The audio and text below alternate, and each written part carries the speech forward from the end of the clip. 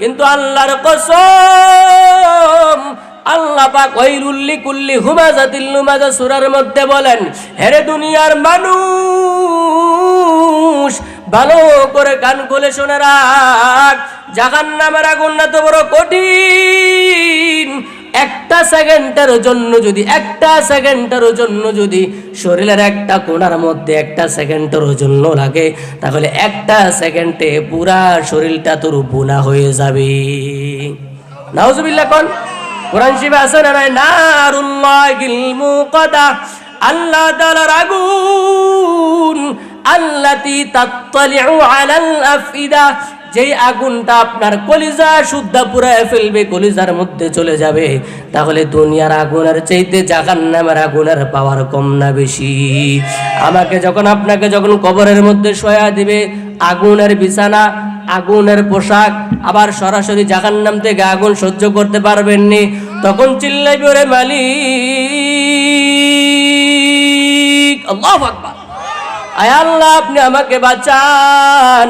আপনি কানতে কানতে কানতে কানতে চোখের পানিগুলো আমরা শেষ করে ফেলবো। আল্লাহ পাক আমাদেরকে মাফ করবেন না। এরপরে চোখের পানি শেষ হয়ে রক্ত বের হবে, এরপরেও আল্লাহ পাক মাফ করবেন না। আল্লাহ পাক বলবেন, তুই যদি দুনিয়াতে থেকে এইভাবে মাহফিলের প্যান্ডেলের মধ্যে, মসজিদের মধ্যে আনাচে কানাচে আল্লাহর ভয়ে এত কান্নার দরকার ছিল না, দুনিয়াতে যদি তুই এক ফোঁটা পানি যদি আমি আল্লাহর কাছে ছেড়ে দিতি, তাহলে আজকে তোর চোখের পানি ওজন করলে অনেক বেশি হয়ে যাবে। এত বেশি পরিমাণ পানির প্রয়োজন ছিল না আজকে। তুই যদি দুনিয়াতে থেকে এক ফোঁটা পানি আমি আল্লাহর ভয়ে ছেড়ে দিতি, আমি আল্লাহর কাছে মাফ চাইতি, এক ফোঁটা পানির দ্বারা আমি আল্লাহ তোর জন্য জাহান্নাম হারাম করে জান্নাতের মেহমান বানাইয়া দিতাম। তাহলে কবরে যাওয়ার পরে চোখের পানি শেষ হয়ে যাবে, আল্লাহর কাছে কাঁদতে কাঁদতে রক্ত বের হবে, আল্লাহ পাক মাফ করবেন না। কিন্তু দুনিয়াতে যদি এক ফোঁটা পানি ফেলে দেই, আল্লাহর কোরআন শরীফ এখানে আছে, এক ফোঁটা পানি আপনার জন্য জাহান্নামের আগুন নিভাই দিবে। জোরে চিল্লায় বলেন ঠিক কিনা? তো এবার আসেন, আমরা যখন মারা যাব, মৃত্যুর শয্যায় যখন সজ্জিত হয়ে যাব, যদি আমরা নেককার হতে পারি, তাহলে আল্লাহ পাকের ফেরেশতারা এসে বলবে, আল্লাহ তাখাফু ওয়ালা তাহজানু, তোমাদের কোনো ভয় নাই, তোমাদের কোনো টেনশন নাই। আল্লাহর ফেরেশতা আজরাইল আলাইহিস সালাম, এই যে মনে করেন যে এটা মনে করেন যে একটা গ্লাসের পানি, একটা বোতল, মুখটা খুলে যদি আমি সুন্দর করে পানিটা এভাবে ঢেলে দিই, তাহলে পড়তে কোনো সমস্যা হবে না। তদ্রূপভাবে আজরাইল যখন আমাদের শরীরের মধ্যে হাত দিবেন, পানিটা যেইভাবে সহজে পড়ে গেল, এর চেয়ে আরো বেশি সহজে আমাদের শরীর থেকে রূহটা বের হয়ে যাবে। এরপরে আসেন, আজরাইল রূহটা কবজ করার পর, এটা কি রুমাল? সাদা না কালো? সাদা একটা রেশমি কাপড়ের একটা দামি রুমালের মধ্যে আমার রূহটাকে, আপনার রূহটাকে আজরাইল আলাইহিস সালাম এইভাবে পেঁচিয়ে আরো যে ফেরেশতারা আছে তাদের হাতের মধ্যে দিয়ে দিবেন। ফেরেশতারা আমার রূহটাকে, আপনার রূহটাকে এইভাবে নিয়ে আল্লাহর কাছে চলে যাবেন। আল্লাহর কাছে যাওয়ার পরে আল্লাহ পাক বলবেন, ঠিক আছে, আজান শোনেন, আমরা নামাজের 5 মিনিট আগে আজান দিব, নামাজের 5 মিনিট পরে জামাত হয়ে যাবে, অসুবিধা নেই ইনশাআল্লাহ। ঠিক আছে, সবাই দিয়ে মনোযোগ দেন। এই বাবা, এটা রাখেন, এখন না, পরে বসেন। আর 10 মিনিট ইনশাআল্লাহ। আলোচনা কি বেশি ভালো লাগতেছে না খারাপ লাগতেছে? ভালো লাগতেছে না তো ডিস্টার্ব করেন কেন? আমরা সবকিছু করবো, অসুবিধা নেই, সব আমার মাথার মধ্যে আছে। নামাজের 5 মিনিট আগে আজান হবে, 5 মিনিট পরে ইনশাআল্লাহ জামাত হয়ে যাবে। তো এবার আমার দিকে তাকান, আমার রূহটাকে, আপনার রূহটাকে আজরাইল আলাইহিস সালাম এইভাবে পেঁচাইয়া ফেরেশতাদের হাতের মধ্যে দিয়ে দিবেন। ফেরেশতারা আমাদের রূহটাকে সাদা সুন্দর রেশমি রুমাল দিয়ে আল্লাহর কাছে নিয়ে যাবেন। আল্লাহ পাক বলবেন, এই বান্দার প্রতি আমি রাজি খুশি আছি, কারণ এই বান্দা কত কষ্ট করে শীতের সময়, কত কষ্ট করে ফজরের সময় ঠান্ডা পানি দিয়ে ওযু বানাইয়া আমি আল্লাহর কাছে সেজদা দিয়েছে। এই বান্দা আমি আমার কারণে ঠিক মতো ঘুমাইতে পারে নাই, ঠিক মতো খানা খাইতে পারে নাই।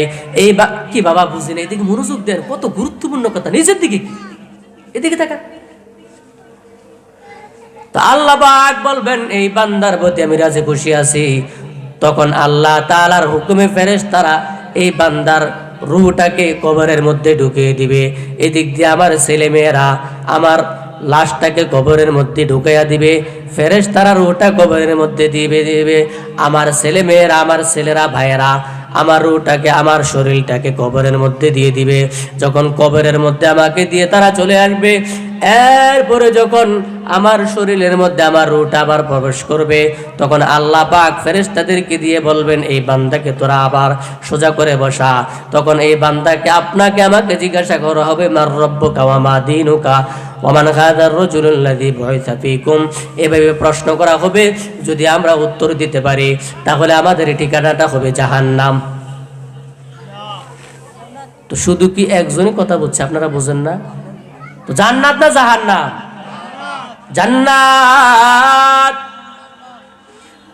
আল্লাহ পাক বলবেন, ঘরে ফেরেশতারা আমার এই বান্দার কবরের মধ্যে জান্নাতের পোশাক বিছায়া দাও, এই বান্দার শরীরের মধ্যে জান্নাতের পোশাক পরাইয়া দাও।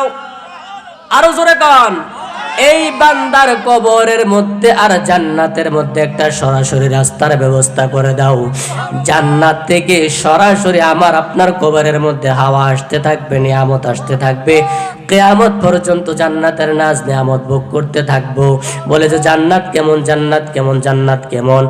জান্নাতের গ্রান 500 বছর দূর থেকে জান্নাতের গ্রান পাওয়া যাবে। বাংলাদেশের এক প্রান্ত থেকে আরেক প্রান্ত যেতে সময় লাগবে কয় বছর? 1 বছর লাগবে নাকি? কথা কয় না। বাংলাদেশের এক প্রান্ত থেকে আরেক প্রান্তে যেতে কি সময় 1 মাস লাগবে, 1 সপ্তাহ লাগবে, 1 দিন লাগবে? কয়েক ঘন্টার মাধ্যমে আপনি হেলিকপ্টার দিয়ে চলে যেতে পারবেন। আল্লাহর নবী বলেন, ঘেরে গোলাম, জান্নাত আল্লাহ তাআলার কাছে কেমন নিয়ামত। বলে যে জান্নাতে যদি তোমার 500 বছর সময় লাগে, 500 বছর সময় লাগে, 500 বছর দূর থেকে জান্নাতের ঘ্রাণ পাওয়া যাবে। মুমিন বান্দার কবরের মধ্যে আর জান্নাতের মধ্যে সরাসরি জান্নাতের হাওয়া আসতে থাকবে। এক তো আপনার কবরের মধ্যে, আমার কবরের মধ্যে জান্নাতের বিছানা বিছাই দিবেন, আবার শরীরের মধ্যে জান্নাতের পোশাক পরায় দিবেন, আবার সরাসরি জান্নাতের মধ্যে একটা রাস্তার ব্যবস্থা করে দিবেন। এই পর্যন্ত থাকেন। এখন যদি আসেন, আল্লাহ না করুক, আল্লাহ না করুক, আল্লাহ না করুক, আমি আপনি যদি জান্নাতি না হই, যদি জাহান্নামী হই, তাহলে কি হবে দেখেন। আজরাইল আলাইহিস সালাম যখন আমার সামনে, আপনার সামনে চলে আসবে, আজরাইলের পাগুলো থাকবে জমিনের মধ্যে, মাথাটা থাকবে আসমানের মধ্যে, চোখগুলো থাকবে বিশাল বড় বড় বড় বড়, হাত পা থাকবে বিশাল বড় বড় বড় বড়। এত বড় মানুষটাকে দেখে অনেক মানুষ দেখবেন চোখ উল্টাইয়া মারা যায়। যায় না? যায় না? কেন? এত বড় আজরাইলকে দেখার পরে ওই বান্দার সহ্য করতে পারে না। এত বড় আজরাইলকে দেখার পর অনেকে দেখবেন বাথরুম পর্যন্ত করে দেয়, প্রস্রাব পায়খানা পর্যন্ত করে দেয়। কেন? কেন? এত বড় আজরাইলকে দেখার পর সহ্য করতে পারে না। আজরাইলকে দেখার পর ওই বান্দা সহ্য করতে পারে না। আজরাইল যখন আপনার সামনে, আমার সামনে এত বড় দেখে নিয়ে আসবে, তখন ভয়ে আমাদের চোখগুলো উল্টাইয়া যাবে। আরো কি হবে শোনেন, আরো কি হবে শোনেন। বলে যে আজরাইল যখন সামনে আসবে, আজরাইলের পাগুলো থাকবে জমিনের মধ্যে, তার মাথা থাকবে আসমানে। আমার শরীর থেকে যখন আজরাইল খাপ করে রুটা বের করে নিয়ে আসতে চাইবে, তখন তো আমি দেখবো কিরে জাহান্নামের আগুন দাউ দাউ করে জ্বলতেছে, জাহান্নামের বিশাল বড় বড় সাপগুলো আমাকে কামড়ানোর জন্য অপেক্ষা করতেছে। আমি তো মৃত্যুবরণ করতে চাই না, মৃত্যুবরণ করতে চাই না। আয় আল্লাহ, আপনি আমাকে একটু দয়া করে সুযোগ দেন, দয়া করে সুযোগ দেন। কিন্তু আল্লাহ পাক বলবেন, তোকে আমি 60 বছর, 70 বছর, 80 বছর হায়াত দিয়েছিলাম। এইভাবে করে আউটিয়া, কলা, টামটা, এলিটগঞ্জ, দাউদকান্দি, ঢাকা, কুমিল্লা, বিভিন্ন ধরনের উজানি, বানিয়া, বারাসার, সিনা, চরমনা, এভাবে মাহফিল হয়েছিল। হাজার হাজার লক্ষ লক্ষ মানুষ হয়েছিল, হাজার হাজার আলেমরা বয়ান করেছিল, কোরআন শরীফের বয়ানগুলো জুমার খতিব সাহেব বারবার শোনাইছিল। তখন তুই কেন আমল করলি না? এখন তোকে আর একটা মিনিটও, একটা সেকেন্ডও আর সুযোগ দেওয়া হবে না। তখন আমি আপনি আল্লাহর কাছে বলবো, আল্লাহ সুযোগ দেন। বলবে না, সুযোগ নাই। আজরাইল এমন জোরে ধাবা মারবি, তখন আমাদের কি পরিমাণ কষ্ট হবে। বলে যে একটা জীবিত বকরিকে যদি আপনি জবাই না করে গাছের মধ্যে ঝুলাইয়া দিন। এরপরে জবাই না করে যদি তার চামড়াটা ছিঁড়ে ফেলেন, তার যে পরিমাণ কষ্ট হবে, কষ্ট কম না বেশি? আল্লাহর কসম, ওই জীবিত বকরিটার যেই পরিমাণ কষ্ট হবে তার চাইতে বেশি কষ্ট হবে আজরাইল যখন আমার শরীর থেকে রূহটাকে বের করবেন। জীবিত ছাগল থেকেও আমার বেশি পরিমাণ কষ্ট হবে। তাহলে কি এটা সহ্য করতে পারবো নি রে বাবা? সহ্য করতে পারবো না। এখানেই তো শেষ না, মাত্র খেলা শুরু। এরপরে যখন আপনার কবরের মধ্যে, আপনাকে আমার কবরের মধ্যে আমাকে নামায়া দেওয়া হবে, তখন ফেরেশতারা জিজ্ঞাসা করবে, মার রব্বুকা ওয়া মা দীনুকা ওয়া মান হাদার রাজুলুল্লাযী বুইসা ফীকুম। যদি আমরা 5 ওয়াক্ত নামাজ পড়ি ঠিক আছে, গুনাহ যদি না সারি আর প্রতিদিন খালি বলি আমার রব আল্লাহ, আমার রব আল্লাহ, আমার দিন ইসলাম, আমার দিন ইসলাম, আমার নেতা মুহাম্মদ সাল্লাল্লাহু আলাইহি ওয়াসাল্লাম, প্রতিদিন 1000 বার বলতে থাকেন, 1000 বার বলতে থাকেন, আর যদি নামাজ পড়েন ঠিক আছে, গুনাহ যদি না সারেন, ফেরেশতারা যখন জিজ্ঞাসা করবে মার রব্বুক, তখন আমরা আর বলতে পারবো না, বলবো যে হা হা লা আদরি, আমার রবকে আমি জানি না। নাউজুবিল্লাহ কোন। তাহলে 5 ওয়াক্ত নামাজ পড়ি, রোজা রাখি, দাড়ি টুপি সব কিছু আছে, যদি বলতে না পারি কি হবে বাবা? তাহলে কি করতে হবে? নামাজ পড়ার সাথে সাথে গুনাহ ছেড়ে দিতে হবে। গুনাহ এটা কি পানি না? এটার মধ্যে যদি আপনি 1 ফোঁটা বিষ ঢেলে দেন, কি পানিটার কার্যকরী বেশি হবে না বিষটার কার্যকরী বেশি হবে? তদ্রূপ ভাবে নামাজ পড়েন ঠিক আছে, কিন্তু গুনাহটা হলো বিষের মতো। গুনাহটা কি অল্প করলেও নাজাত নাই। এজন্য এরপরে ফেরেশতাদেরকে আল্লাহ পাক বলবেন, ঘেরে ফেরেশতারা আমার, দেরি করো কেন, দেরি করো কেন? দেরি করার আর কোনো সুযোগ নাই, দেরি করার আর কোনো সুযোগ নাই, দেরি করার আর কোনো সুযোগ নাই। ওই বান্দার মানে আপনার কবরের মধ্যে, আমার কবরের মধ্যে ফেরেশতারা জাহান্নামের বিছানা বিছাইয়া দিবেন। যদি মুমিন বান্দা হইতাম কি বিছানা বিছাই দিত বলেন? মুমিন বান্দা হইলে জান্নাতের বিছানা, কিন্তু নাফরমান হইয়া মারা গেলে কিন্তু জান্নাতের বিছানা না, বরং জাহান্নামের বিছানা। জাহান্নামের বিছানা মানে আগুনের বিছানা। আমি যে এখানে বসে আছি, এই চেয়ারটা যদি আগুনের হয়, তোষকটা যদি আগুনের হয়, এখানে আমি কয় মিনিট বসে থাকতে পারবো? 1 সেকেন্ডও বসে থাকতে পারবো না। রে আল্লাহর গোলাম, গুনাহগার বান্দার কবরের মধ্যে আল্লাহ পাক বলবেন তার বিছানাটা আগুনের বিছানা বিছাইয়া দে, তার শরীরের মধ্যে আগুনের পোশাক পরাইয়া দে। এরপরে তার কবরের মধ্যে আর জাহান্নামের মধ্যে সরাসরি আগুন আসার জন্য রাস্তার ব্যবস্থা করে দে। কয়টা সহ্য করবেন? কয়টা সহ্য করবেন? একটা হলো জাহান্নামের বিছানা, আগুনের বিছানা, আবার আগুনের পোশাক, আবার সরাসরি জাহান্নামের আগুন এসে আমাদেরকে পোড়ায় ফেলবে। বলে যেতে সহ্য করতে পারবো না, না সহ্য করতে পারবো না। দুনিয়ার আগুনের কালারটা হলো হলুদ কালার, লাল কালার, কিন্তু জাহান্নামের আগুনের কালারটা হবে নীল কালার, কালো কালার। বলেছে কেন? বলে আদম আলাইহিস সালাম যখন জান্নাত থেকে বের হয়ে দুনিয়াতে আসলেন, আসার পরে পাকশাক করার জন্য কি আগুনের প্রয়োজন হয় না? না হয় না? আদম আলাইহিস সালামের স্ত্রী পাক করবেন, এখন আগুনের প্রয়োজন। আল্লাহ পাক ফেরেশতাদেরকে দিয়ে জাহান্নাম থেকে একটা আগুনের অঙ্গার নিয়ে আসলেন দুনিয়ার মধ্যে। এই অঙ্গার দিয়ে যখন